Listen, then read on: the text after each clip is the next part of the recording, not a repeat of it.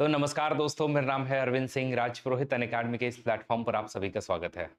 Prelims 2023 के लिए लगभग अब बचे हैं 80 दिन और इन 80 दिनों में सबसे महत्वपूर्ण अगर कार्य कोई करना है तो वो है आपके 2 साल के करंट अफेयर्स को कवर करने का।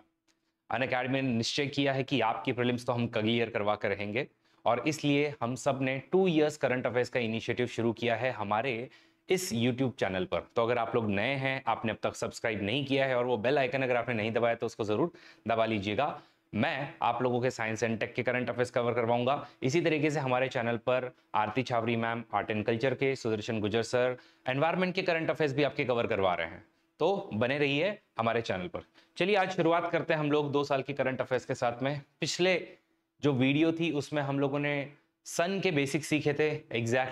हमारे जो सोलर पार्कर मिशन क्या है या फिर आदित्य L1 मिशन क्या है, लैग्रेंज पॉइंट्स क्या होते हैं, ये हमने वो वीडियो देखा है। अगर आपने वो वीडियो नहीं देखा है तो उस वीडियो में यहाँ पर आपको नीचे डिस्क्रिप्शन में वो वीडियो जरूर मिल जाएगा। प्लस ये आए वाला जो बटन है वहां पर भी आपको दिख जाएगा। तो आज के इस वीडियो में हम लोग मेजरली टेलीस्कोप्स कवर करेंगे। आप लोग देखते हो कि मल्टीपल टेलीस्कोप चर्चा में चलते रहते हैं। कभी बोले हबल स्पेस टेलीस्कोप, कभी बोले जेम्स वेब टेलीस्कोप, कभी बोले फास्ट टेलीस्कोप, कभी बोले 30 मीटर टेलीस्कोप। तो ये सब क्या है और उनमें भी अलग अलग रेंज दी हुई है। तो आज के इस वीडियो को देखने के बाद में आप लोगों के टेलीस्कोप का कोई भी कंसेप्ट अधूरा नहीं रहेगा। सिंस टाइम इमेमोरियल ह्यूमैनिटी की हमेशा से ही एक इच्छा रही है कि आकाश में क्या है, मुझे देखना है, मुझे देखना है, मुझे समझना है कि हमारे इस पृथ्वी के बियॉन्ड, हमारे इस सोलर सिस्टम के बियॉन्ड क्या चीजें हैं, क्या होता होगा वहां पर। ये सब देखने के लिए हम लोग पहले से ही टेलीस्कोप अलग अलग तरीके की बनाने की कोशिश कर रहे हैं। तो इसमें अगर हम टेलीस्कोप में देखें तो 2 मेजर टेलीस्कोप जो ह्यूमैनिटी पहले से ही बनाते हुए आ रही है, उसमें कभी आपने मिरर यूज किया है और कभी हमने जो है वो लेंस यूज किया है। ये जो टेलीस्कोप्स होते हैं ये दूर दिखने वाली चीज को आप लोगों को यहां पर दिखा देती है। तो टेलीस्कोप का एकदम बेसिक डिस्क्रिप्शन यही है।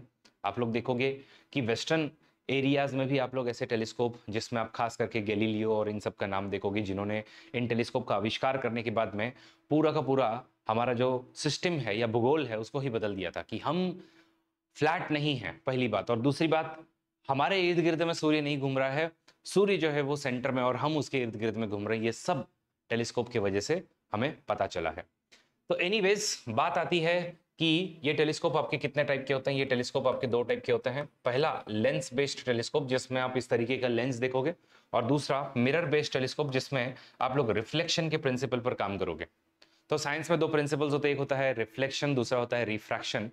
रिफ्लेक्शन का मतलब है यहां से आप लोगों की ये लाइट आई, इसने यहां से रिफ्लेक्ट किया, उसको कन्वर्ज किया और कन्वर्ज करने के बाद में आप उसको अच्छे से देख पाते हो।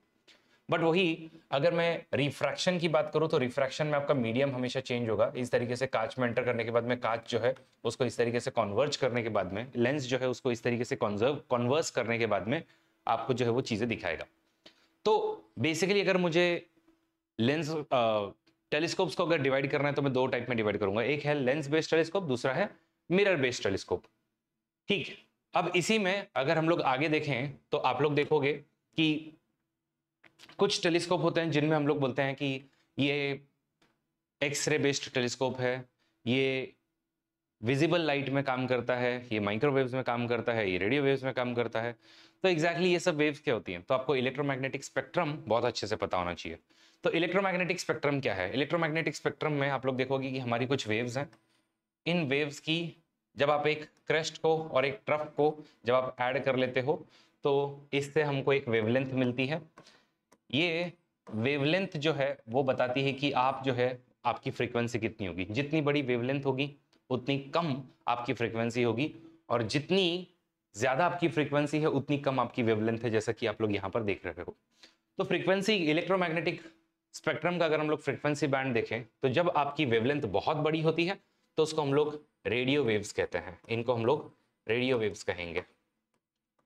अगर इन्हीं की साइज थोड़ी और छोटी हो जाए तो इनको हम लोग माइक्रोवेव्स कहेंगे। इन माइक्रोवेव्स में से आपने जरूर जो है इसके बारे में सुना होगा कि माइक्रोवेव ओवन, या इनफैक्ट हम लोग जो कम्युनिकेशन जो करते हैं वो भी हम लोग इसी फ्रीक्वेंसी बैंड में करते हैं। एक माइक्रोवेव्स के जस्ट पास में हम लोग जो है वो कम्युनिकेशन करते हैं। आपका मोबाइल जो है वो इस रेंज में काम करता है।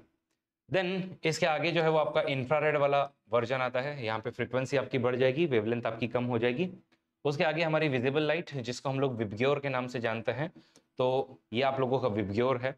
देन उसके आगे अल्ट्रावायलेट लाइट आएगी, और अल्ट्रावायलेट के आगे एक्सरेज आते हैं, जिनकी फ्रीक्वेंसी अगेन आप लोग देखो कितनी ज़्यादा बढ़ जाती है, और इनकी लेंथ जो है वो नैनोमीटर्स में चली जाती है। और वही सबसे लास्ट में सबसे हाईएस्ट जिसकी एनर्जी है वो है गैमा रेज, और गैमा रेज की फ्रीक्वेंसी हाईएस्ट है, और ऑब्वियसली ये पिकोमीटर्स में इनकी साइज जो है वो चली जाती है। वेवलेंथ की अगर हम लोग बात करें तो एक और प्रिंसिपल आप लोग याद रखिएगा, वेवलेंथ का और अगर हम लोग बात करें फ्रीक्वेंसी का, तो इनका जो रिलेशन है वो तो इनवर्स है। अगर फ्रीक्वेंसी आपकी बढ़ती है तो वेवलेंथ आपकी कम होगी, और वेवलेंथ अगर आपकी बढ़ती है तो फ्रीक्वेंसी आपकी कम होगी। ये वाइस वर्सा रिलेशन आपकी चलती है। लेकिन फ्रीक्वेंसी का और एनर्जी का एक डायरेक्ट रिलेशन होता है, इस चीज को आप लोग ध्यान रखिएगा। जितनी ज्यादा फ्रीक्वेंसी उतनी ज्यादा एनर्जी होगी, इसीलिए एक्स रेज और गैमा रेज हमारे लिए अच्छी नहीं होती है। गैमा रेज जो है अगर उसका कंटिन्यूस अगर बम्बार्डमेंट हो तो इनफैक्ट लोगों को कैंसर तक हो सकता है। तो इन चीजों को आप लोग जो है वो थोड़ा सा समझ करके रखिएगा। एनीवेज अब आगे बढ़ते हैं, और आगे जो है वो इन बैंड्स में भी कोई हम लोग टेलीस्कोप बनाते हैं क्या, तो उसको सीखते हैं। तो yes, answer is yes. Actually कुछ टेलीस्कोप जो हमारे होते हैं वो बेसिकली सिर्फ कुछ इलेक्ट्रोमैग्नेटिक स्पेक्ट्रम के बैंड में ही काम करते हैं, उनकी एक पर्टिकुलर वेवलेंथ को ही ढूंढ रहे होते हैं, एक फ्रीक्वेंसी को ही मैच करने की कोशिश कर रहे हैं।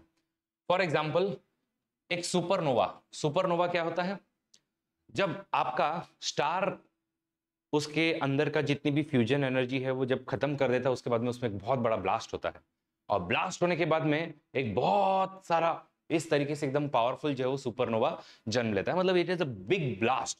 तो स्टार की डेथ होने के बाद में, और वो भी एक जायंट स्टार की डेथ होने के बाद में, इस तरीके से सुपरनोवा होगा। तो ऐसा ही एक क्रैब नाम का जो है वो नेबुला है, जिसको अगर हम लोग देखें तो नेबुला क्या है, नेबुला हमेशा याद रखिएगा एक डस्ट पार्टिकल्स और इन सब का गैसेस डस्ट ऐसे ही बस जो बिखरे हुए हैं उनको हम लोग नेबुला बोलते हैं। और नेबुला कंडेंस होने के बाद में स्टार बनाता है। स्टार जब मरता है तो सुपरनोवा होता है, और उसके बाद में वापस तो वही है, मिट्टी से शुरू हुए थे वापस मिट्टी में मिल जाने हैं, वो वाली बात है कि नेबुला से शुरू हुए थे, सुपरनोवा होने के बाद में वापस आप नेबुला में मिल जाओगे। तो इस तरीके से क्रैब नेबुला है। उस क्रैब नेबुला को अगर हम अलग अलग वेवलेंथ में अगर देखने की कोशिश करें तो आपको कुछ इस तरीके से जो है वो दिखाई देगा। तो ये देखिए, रेडियो वेव्स में इस तरीके से दिखता है, इंफ्रारेड में इस तरीके से दिखेगा, विजिबल लाइट में इस तरीके से, हाई एनर्जी उसके एक्सरेज इस तरीके से दिखेंगी उसे, लो एनर्जी इस तरीके से, और अल्ट्रावायलेट रेडिएशन जो उसको इस तरीके से दिखेगी। मतलब टेलीस्कोप को डिवाइड करने के जो हमारे तरीके हैं अब तक जो थे वो थे लेंस बेस्ड टेलीस्कोप और मिरर बेस्ड टेलीस्कोप।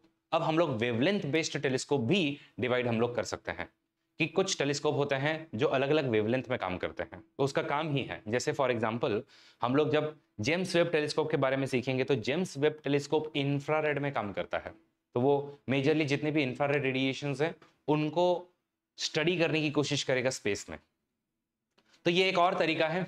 अब ऐसा क्यों होता है कि हम लोग जो है इस तरीके से अलग अलग वेव्स हम लोग इसको गिनने की मतलब मेजर करने की कोशिश करते हैं, उसके पीछे रीजन है, रेडियो वेव्स जो हैं उनकी सिंस वेवलेंथ बड़ी होती है तो वो अर्थ के एटमॉस्फेयर को भेद करके हम तक पहुंच जाती है, इसलिए हम लोग नीचे से भी मतलब अर्थ से भी हम इसको ऑब्जर्व कर पाते हैं।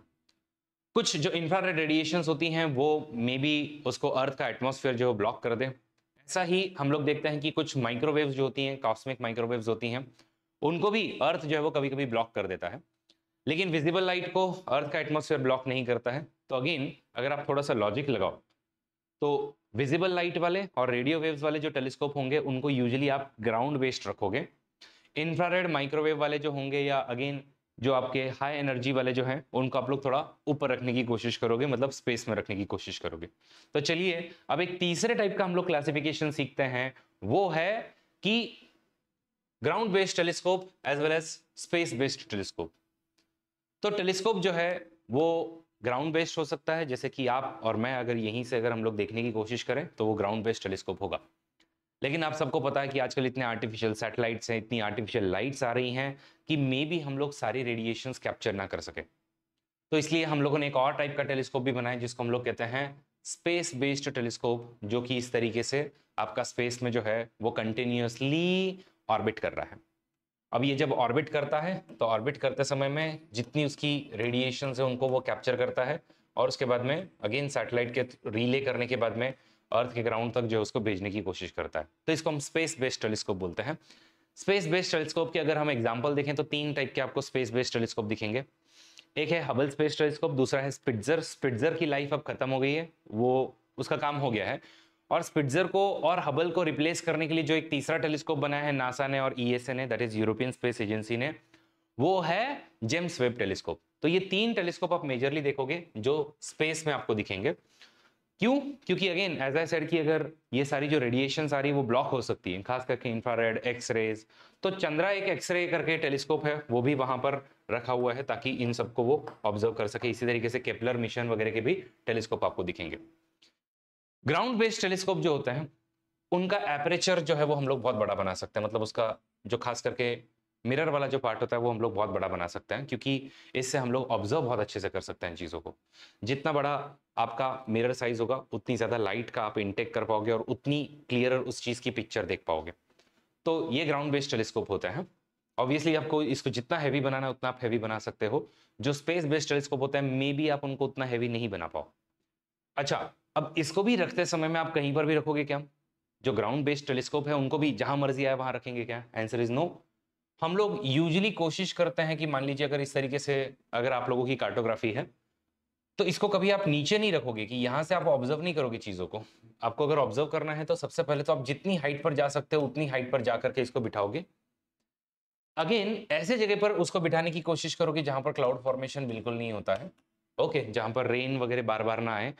और ऐसी जगह को हमको ढूंढना पड़ता है। हमारे इंडिया में लद्दाख वाला जो रीजन है जिसको हम कोल्ड डेजर्ट भी कहते हैं, ये लद्दाख वाला रीजन सबसे बेस्ट प्लेस है अगर आपको ग्राउंड बेस्ड टेलीस्कोप अगर लगाने हैं। इसीलिए आप सुनोगे कि हैनले, खास करके अगेन हम लोग हैनले नाम की प्लेस जो लद्दाख के जस्ट लद्दाख में ही आती है, उसके बारे में क्या चर्चा बार बार चल रही है वो देखेंगे। It is one of the best site जहां पर आपका टेलीस्कोप जो है वो आ सकता है। तो अब हम लोगों ने 3 टाइप के बेसिकली मतलब टेलीस्कोप को अगर हमको क्लासिफाई करना है तो हम लोगों ने उसको 3 टाइप में देख लिया है कि 3 टाइप में हम लोग उसको क्लासिफाई कर सकते हैं। ये कौन कौन से 3 टाइप है? तो 3 टाइप में मैंने पहले आपको बताया कि it can be either mirror based और it can be lens based. पहला जो आप लोगों का तरीका होगा। दूसरा जो आप लोगों का टेलीस्कोप को क्लासिफाई करने का जो तरीका है वो होगा कि कौन सी वेवलेंथ में आप काम कर रहे हो। और तीसरा जो टाइप है वो है ग्राउंड बेस्ड टेलीस्कोप या फिर उसी को आप स्पेस बेस्ड टेलीस्कोप बोलोगे। तो ये 3 तरीके हैं, बट अगेन इनके परमिटेशन कॉम्बिनेशन जो है वो आपके हमेशा काम आ ही सकते हैं।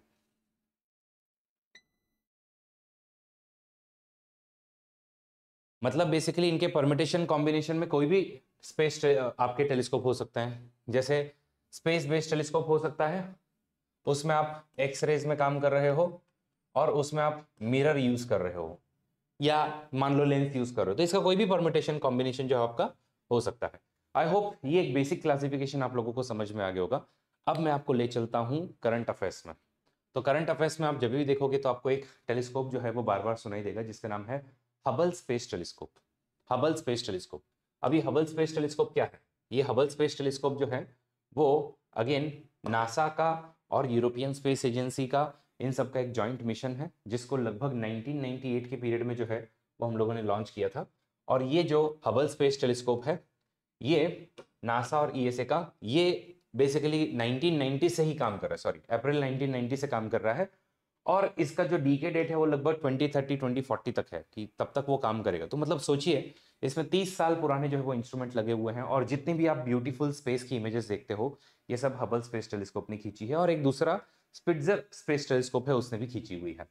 तो ये किस तरीके से काम करता है? ये आपका कंटिन्यूसली रिवॉल्व कर रहा है और रिवॉल्व करते समय में ये जो है वो किसी एक चीज को इस तरीके से उसकी लाइट जो है वो आपकी आएगी। यहाँ से ये आने के बाद में ये क्या करेगा, ऊपर में जो जियो स्टेशनरी जो सैटेलाइट्स होती हैं उनको भेजेगा और उनसे फिर ग्राउंड पर आपकी इन्फॉर्मेशन जाती है और फिर इसको जो है वो आप लोग डेटा को पूरा पूरा कोलेक्ट करते हो और कोलेक्ट करने के बाद में आप इसकी सारी की सारी इन्फॉर्मेशन रेडी करते हो। तो आई होप आप लोगों को ये समझ में आ गया है कि स्पेस बेस्ड टेलीस्कोप और उसमें भी हबल स्पेस टेलीस्कोप जो है वो किस तरीके से काम करता है। इसकी खास बात यह है कि अभी इसने रिसेंटली एक ट्रेपिस्ट 1 स्टार सिस्टम जो है उसको ढूंढा था, जो कि एक हैबिटेबल पोजीशन, एक हैबिटेबल लोकेशन हो सकती है जहां पर मे बी अर्थ जैसे प्लेनेट हम लोगों को मिल सके। दूसरा ऐसा ही एक जो टेलीस्कोप था, जो एक्चुअली जनवरी 2020 में उसका काम हमारा खत्म हो गया था, उसको हमने रिटायर कर दिया था, बट अगेन ये स्पिट्जर स्पेस टेलीस्कोप जो है वो अगेन काम करता था, और ये जो है वो अगेन खास करके मल्टी वेवलेंथ में काम करता था, जैसे कि इसका मेजर काम था इंफ्रारेड में काम करना है। अपार्ट फ्रॉम दैट बाकी भी चीज़ें वो देखता ही था। इसने बहुत सारी जो चीज़ें हैं उन सबको उसने एकदम हमको बताया था, प्लस इसने रिवील किया था कि सैटर्न के अराउंड में जो है वो आपको रिंग्स वगैरह दिखेंगे। तो ये सब स्पिट्जर स्पेस टेलीस्कोप ने किया था, बट एज आई सेड कि 16 साल तक की सर्विस देने के बाद में इसका मिशन जो है वो एंड हो गया। ये कुछ इमेजेस हैं जो अगेन स्पिट्जर स्पेस टेलीस्कोप ने हमको खींच करके दी हुई है। ठीक है, इनफैक्ट इसी ने भी, ये और हबल स्पेस टेलीस्कोप, इन दोनों ने मिलकर के ट्रेपिस्ट 1 सिस्टम जो है वो ढूंढा था। ये ट्रेपिस्ट 1 सिस्टम है क्या? तो ट्रेपिस्ट 1 सिस्टम को समझने से पहले आप लोगों को एक जोन के बारे में पता होना चाहिए, जिसको हम लोग कहते हैं गोल्डीलॉक जोन।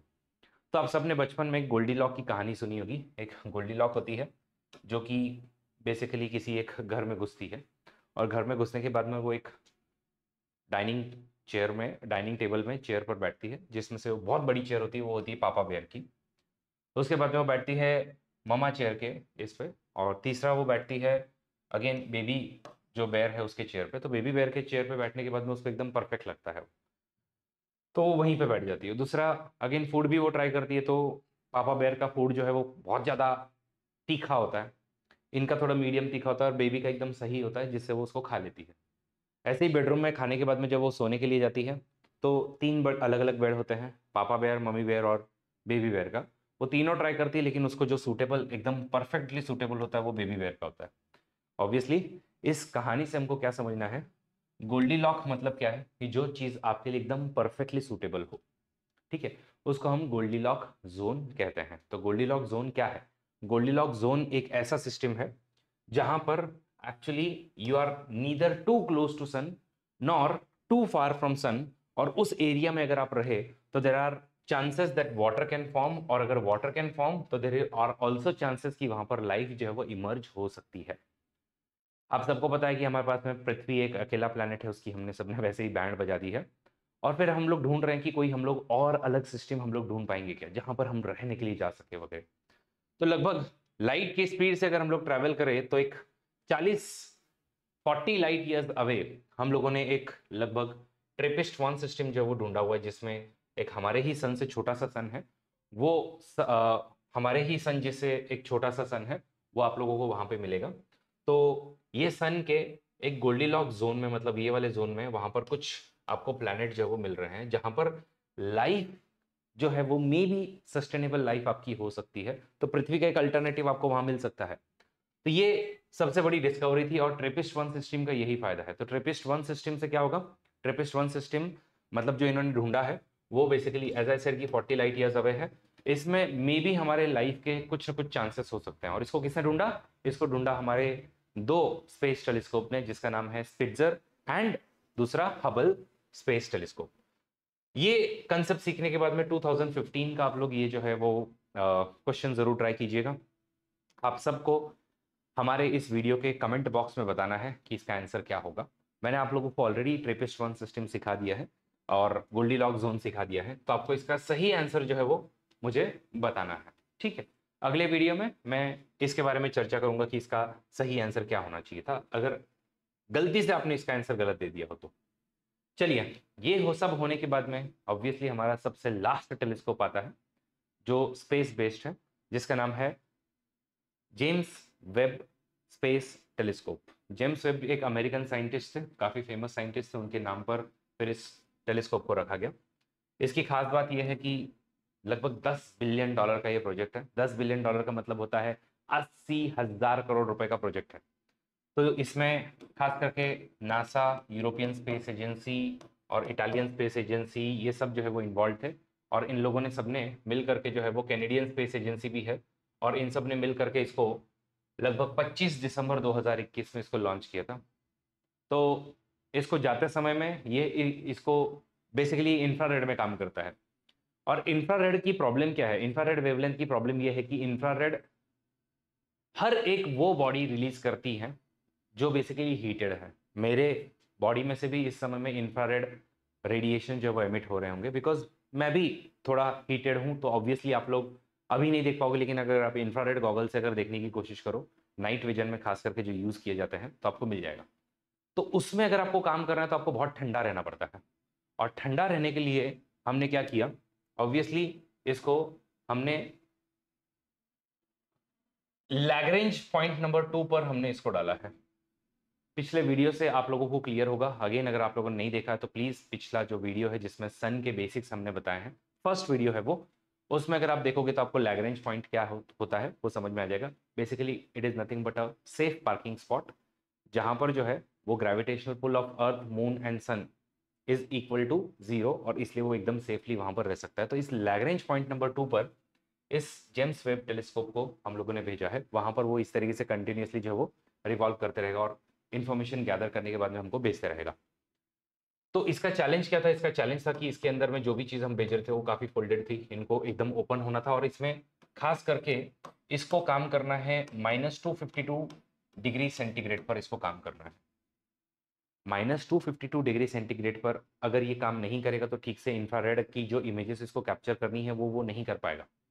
इसका मेजर काम जो था कि जो बिग बैंग हुआ था आज से लगभग 13.8 बिलियन ईयर्स अगो, उसमें टाइम में आपको जो है वो पीछे जाना होगा, और टाइम में पीछे जा करके आपको देखना होगा कि एग्जैक्टली फर्स्ट गैलेक्सीज जो है वो कैसी हैं। तो इसको जो देखना है चीज वो है कि फर्स्ट गैलेक्सीज कैसी दिखती होंगी, इसका सबसे इंपॉर्टेंट काम जो है वो वहां पर है। तो ये देखना चाहता है, हम लोग यहाँ तक की गैलेक्सीज तो देख रहे हैं, इसके पीछे की और गैलेक्सीज इसको देखनी है, इसलिए इसका ये मेजर काम है। इसको बहुत सेंसिटिव हमको बनाना था, और हमने इसको सेंसिटिव बनाया, इसकी सनशील्ड जो है वो सारी ओपन अप हुई है।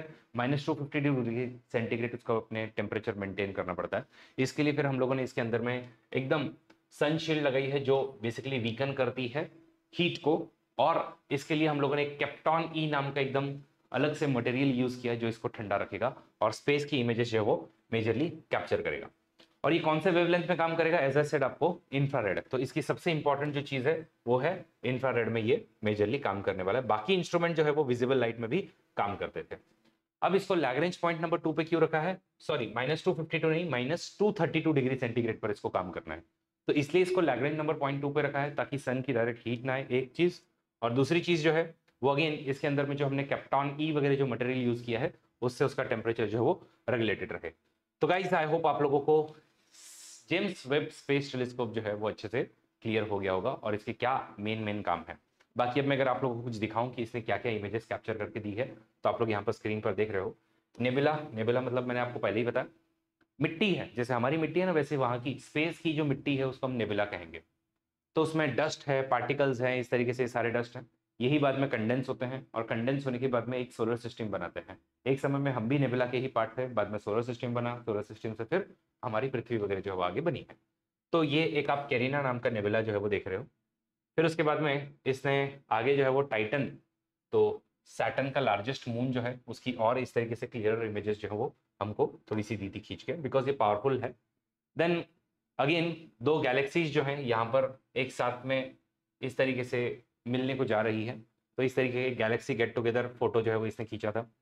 देन अगेन अगर हम लोग देखें कि आप लोग जो है वो अगेन कुछ जूम्ड गैलेक्सीज जो है उनकी इमेज देखने की कोशिश करो, एकदम इनको हम प्राइमोर्डियल गैलेक्सीज बोलते हैं। प्राइमोर्डियल मतलब क्या है, प्राइमोर्डियल मतलब आज से बहुत टाइम पहले जो बन चुकी है, लगभग कितना, 350 या 450 मिलियन ईयर्स, जैसे ही बिग बैंग हुआ उसके 350 450 मिलियन ईयर्स के बाद में जो गैलेक्सीज बनी होंगी उसके तक के हमने फोटो जो है यहाँ पर खींचे हैं। देन ये देखिए एक और फोटो खींचा है जिसको हम लोग बोलते हैं पिलर्स ऑफ क्रिएशन। तो ये पिलर्स ऑफ क्रिएशन, या फिर इसको हम लोग एक और नाम भी देते हैं ईगल्स नेबुला। ओके, तो ये अगेन इसने फोटो खींचा है। देन ये आप देखिए इसमें क्या हुआ है कि आप लोग देखोगे कार्टविल गैलेक्सी, बेसिकली दो गैलेक्सीज टकरा गई हैं, और टकराने के बाद में आप देखिए किस तरीके से पूरा का पूरा जो है वो एकदम डिस्ट्रक्शन जो है वो यहाँ पर हो गया है, वो आप फोटो देख रहे हो। देन इसी तरीके से अगेन एक ओरियन नेबुला जो है उसका फोटो आप देख रहे हो। देन कुछ एक्सो प्लैनेट जो है वो हम लोगों ने देखे हैं।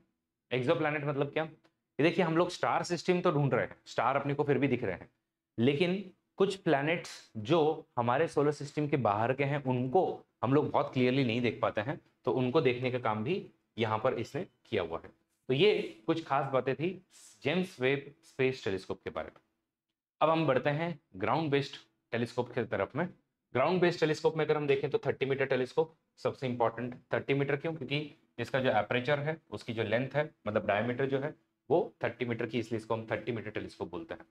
ये एक पूरा जॉइंट प्रोग्राम है जिसमें इंडिया भी पार्टिसिपेंट है, मल्टीपल, मतलब इसमें नासा, इंडिया, यानी कि यूएसए वगैरह सब लोग जो है वो इन्वॉल्व होने वाले हैं। और इसको हम कहाँ लगा रहे हैं? इसको हम लगा रहे हैं हवाई आइलैंड्स पर। हवाई आइलैंड्स में एक माउनाकी नाम का माउंटेन है, उसके ऊपर में इसको लगा रहे हैं। बीच में इसमें यहाँ पर बहुत ज़्यादा प्रोटेस्ट हो रहे थे कि नहीं नहीं, हमको ये 30 मीटर टेलीस्कोप जो है वो नहीं चाहिए। क्यों नहीं चाहिए? बिकॉज हम लोग जो है वो माउनाकी को बहुत पवित्र मानते हैं, सेक्रेड मानते हैं, और अगर वहाँ पर ऐसी कुछ एक्टिविटीज़ होंगी तो हमारा जो सेक्रेडनेस है वो ख़त्म हो जाएगा। तब उस समय में चर्चा चल रही थी कि क्या हम इसको, हमारी एक लद्दाख की एक प्लेस है जिसका नाम है हैंडले, तो लद्दाख में हैंडले में हम इसको शिफ्ट कर सकते हैं क्या? इंडिया एक कद्दावर दावेदार था कि हमारे यहाँ पर भी ये पूरा पूरा 30 मीटर टेलीस्कोप जो है वो आ सकता था। अभी तक इसको रेडी होने में टाइम लगेगा, 2027 में ये बनेगा। लेकिन इसमें मेजरली जो है वो India, China, Japan, Canada and USA, ये सब जो है वो इन्वॉल्व है। इंडिया इसमें कोई पैसे की मदद नहीं कर रहा है, हम लोग कोई पैसा नहीं भर रहे हैं। हम सीधा बोले हैं कि इसके अंदर जो जो इंस्ट्रूमेंट लगेंगे, जैसे इसके अंदर मिरर वगैरह लगेगा, तो लगभग 1300 करोड़ तक का हम लोगों ने कमिट कर दिया है। इनफैक्ट इसमें से बहुत सारा पैसा हमने स्पेंड भी कर दिया है। तो ये 30 मीटर टेलीस्कोप के बारे में सारी इन्फॉर्मेशन। गौर करने वाली बात है कि ये one of the biggest telescope होगा। इसकी खास बात है, it will be the world's biggest telescope जो हम लोग बनाने वाले हैं। ठीक है, तो इस चीज को ध्यान में रखिएगा। 30 मीटर का इसका मिरर डायमीटर जो है वो होगा, और मेजरली विजिबल लाइट में ये टेलीस्कोप जो है वो काम करेगा। तो ये 30 मीटर टेलीस्कोप के बारे में बातें हो गई। अब हम बात करते हैं एक और ऐसा ही टेलीस्कोप जिसका नाम है फास्ट, यानी कि 500 meter aperture spherical telescope. FAST नाम ही है, और आप इसको देख भी रहे हो कि ऑलमोस्ट जो कितना बड़ा इसमें स्फेरिकल जो है वो आप लोगों ने इस तरीके का एक पूरा का पूरा टेलीस्कोप जो है बनाया हुआ है। और इसका अगर डायमीटर आप गिनने जाओ तो फिर ये 500 मीटर होगा। तो ये जो है वो कहाँ बना है? आंसर इस चाइना में ऑलरेडी बन चुका है। और ये टेलीस्कोप जो है वो वर्ल्ड का बिगेस्ट टेलीस्कोप है। आप कहोगे सर अभी तो आपने कहा कि वर्ल्ड का बिगेस्ट टेलीस्कोप तो टीएमटी था, तो फिर ये कैसे हो सकता है? ये इसलिए क्योंकि वो विजिबल लाइट में था, और ये रेडियो वेव्स के लिए बिगेस्ट टेलीस्कोप होगा। ध्यान रखिए, मैंने आपको पहले ही बताया कि लाइट जो है वो कौन सी आने वाली है वो बहुत ज़्यादा मैटर करती है। तो इसमें आप अगर पढ़ोगे तो आपको दिखेगा कि रेडियो टेलीस्कोप जो है ये मेजरली रेडियो टेलीस्कोप है, और तब जाकर के रेडियो टेलीस्कोप के लिए 500 मीटर का इसका एपरेचर है। इसलिए रेडियो फ्रीक्वेंसी में सबसे बड़ा टेलीस्कोप ये है, और 30 मीटर टेलीस्कोप विजिबल लाइट में सबसे बड़ा टेलीस्कोप होगा। आई होप सब लोगों को ये जो भी करंट अफेयर्स हैं वो एकदम अच्छे से क्लियर हो गए होंगे। नेक्स्ट अगर हम बात करें कि लद्दाख जो है, तो उसी में अगेन मैंने जस्ट आपको जो हैंडले बताया था, उस हैंडले के बारे में एक और इन्फॉर्मेशन है, और वो इन्फॉर्मेशन कुछ इस तरीके से कि हैंडले को अब चूज किया गया है कि ये एक अब डार्क रिजर्व के तौर पर काम करेगा। डार्क रिजर्व के तौर पर काम करेगा। सवाल आता है कि ये डार्क रिजर्व जो है वो क्या है? तो डार्क रिजर्व मतलब देखिए, हम लोग स्पेस के फिनोमिनन ऑब्जर्व करना चाहते हैं, और हैंडले एक बहुत अच्छी प्लेस है जहाँ से हम लोग ये स्पेस की सारी एक्टिविटीज़ को अच्छे से ऑब्जर्व कर सकते हैं। तो यहाँ पर आर्टिफिशियल लाइट्स को नहीं लगाया जाएगा। ओके, ये यहाँ पे कम से कम लाइट जो है वो आप लोग यूज़ करोगे ताकि आप स्पेस के जितने भी फिनोमिनन हैं उनको अच्छे से ऑब्जर्व कर सको। तो ये हमने पहली बार किया है, सितंबर 2022 की न्यूज़ है कि it is the first of kind initiative जो department of science and technology का है। इसको एक डार्क स्काई रिजर्व के तौर पर हमने हैंडले में बना दिया है। ओके, ताकि हम लोग अगेन टूरिज्म प्रमोट कर सके, वाइल्ड लाइफ अवेयरनेस हो, एंड नो डाउट यहाँ पर कम से कम आर्टिफिशियल लाइट हो, ऐसा हम लोग काम करने वाले हैं।